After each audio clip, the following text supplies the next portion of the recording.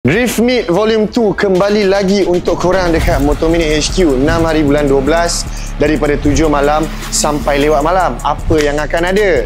Macam biasa, kita ada F&B, kita ada Kamit, kita ada kereta-kereta drift yang korang boleh tengok main secara teknikal dekat sini. Bukan macam Faris Azri main Dan yang paling best, kalau korang sendiri nak ride dalam kereta drift, naik taksi, korang datang je dekat booth Motomaniac, dekat kontainer kita, beli baju yang baik-baik dan korang akan dapat referral ticket untuk korang naik taksi ride kita orang dan experience sendiri macam mana rasa dia untuk drift daripada Motomaniac HQ ni pergi sampai ke Akademi Batteriku kat belakang. Tapi khas untuk video ni saja, aku nak bagi tahu kat korang yang during 6 hari bulan 12 nanti aku akan revealkan lagi sebiji kereta baru line up from Motomaniac HQ.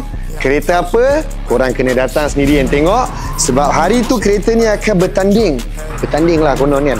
Dan akan ada lagi satu kereta yang aku akan bawa, kereta yang paling baru from Motomaniac HQ. Apa konsep, apa jenis, apa brand, korang teka sendiri dekat bawah. Siapa yang teka dengan betul, untuk yang pertamanya kita akan bagi baju free dan taxi ride free untuk naik malam tu, claim dengan kita orang. So 6 hari bulan 12 Motomaniac HQ Drift Meet Volume 2. See you guys.